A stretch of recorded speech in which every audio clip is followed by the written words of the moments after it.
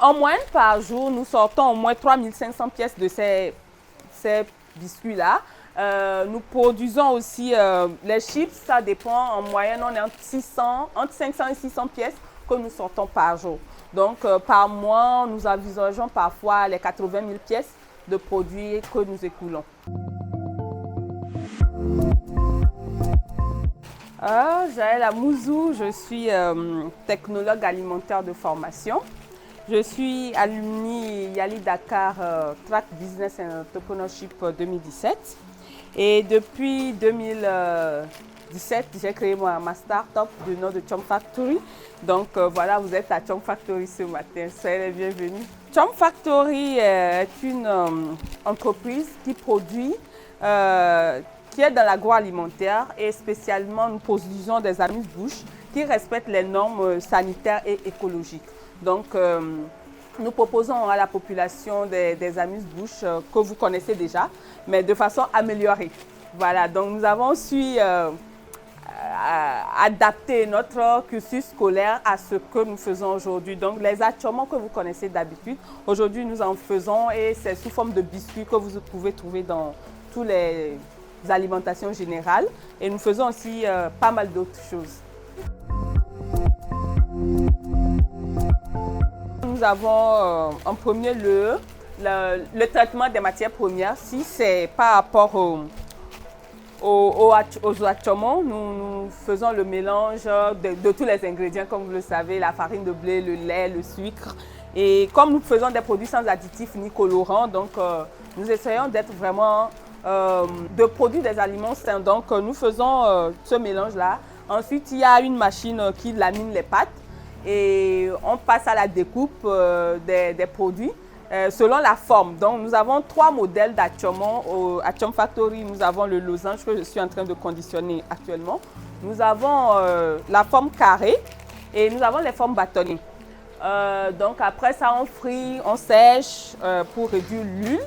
Et après, on vient au conditionnement, dans la salle de conditionnement où nous sommes, pour commencer le packaging jusqu'à la sortie de l'empaquetage. En moyenne par jour, nous sortons au moins 3500 pièces de ces biscuits-là. Nous produisons aussi les chips, ça dépend. En moyenne, on est entre 500 et 600 pièces que nous sortons par jour.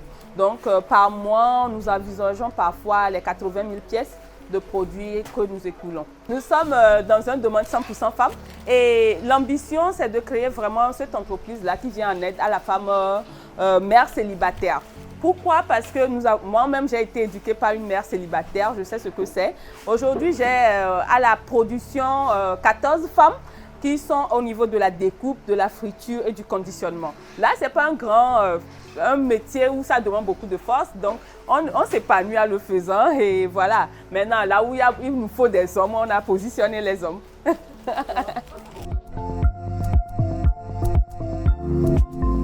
Donc, nous avons su créer une grande chaîne de distributeurs agréés.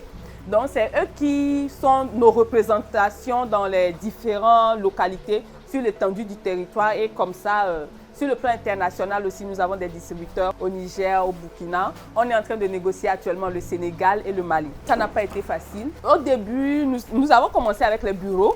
On faisait les produits de 500, les gens nous disaient c'est un peu cher, c'est pas quoi. Arrivé sur les boutiques, on s'est rendu compte que vraiment, il nous fallait une capacité de production adaptée à la demande. Parce que vous avez un boutiquier, il vous prend 2000 aujourd'hui, vous revenez dans 2 semaines, il veut prendre 10 000 de produits. Et notre capacité de production, c'est là notre plus grande difficulté jusqu'à aujourd'hui. Nous avons commencé vraiment avec les moyens de bord.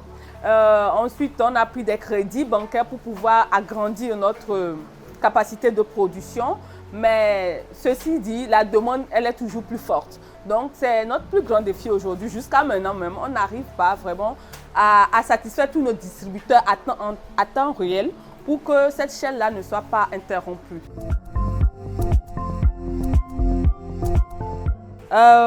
Disons que l'idée de créer Chom Factory est venue dès le bas âge, mais en tant qu'activité génératrice de revenus. C'est vrai que nous avons vécu avec une maman qui touchait à tout.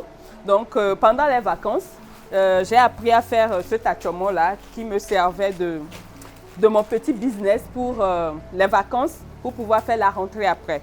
Arrivé à l'université, j'ai opté pour l'industrie agroalimentaire comme formation. Après, j'ai fait le business and entrepreneurship au Sénégal. Une fois rentrée, je me suis dit, qu'est-ce que je peux faire de plus sur la production de ce tachomo-là. Et donc, c'est là l'idée m'est venue de vraiment standardiser le produit, de le positionner dans les biscuits africains, pourquoi pas. Et c'est comme ça a commencé en 2017. Et on a commencé par avoir d'autres demandes, chips, souclési, tout ça. Donc, on est rentré dans tout ça, mais nous avons essayé vraiment de travailler sur le goût et le packaging de nos produits. Depuis qu'on a commencé, on n'est que sur les réseaux sociaux et le bouche à oreille. C'est vrai que ça marche bien, mais pour faire plus aujourd'hui, nous pensons aller sur les médias, la radio pour commencer, les chaînes YouTube comme Ecofin et tout. Et ensuite, pourquoi pas la télé et ainsi de suite. Nous voulons aussi d'ici peu peut-être ouvrir notre capital social pour faire venir des actionnaires, pour pouvoir payer des équipements performants, pour pouvoir vraiment accroître notre capacité de production et satisfaire la demande qu'on a sur le terrain. Notre premier défi, c'est de satisfaire notre clientèle, la demande sur le terrain. Donc, on veut vraiment passer de l'étape manuelle à une étape au moins semi-automatique de notre production. Donc, acquérir plusieurs machines, que ce soit les découpeuses automatiques, l'emballage automatique et puis au niveau de la friture aussi, nous sommes rentrés en partenariat avec d'autres startups sur le terrain qui vont nous fabriquer des machines pour pouvoir aller plus vite. Ensuite, on a déjà fait le Burkina. Les choms sont vraiment réclamés au Burkina. On a déjà fait le Niger, donc déjà sorti du pays, on voit. Donc on veut commencer d'autres partenariats sur le plan international, le Bénin, le Sénégal, le Ghana et le Nigeria. Donc voilà un peu nos perspectives d'ici fin 2022.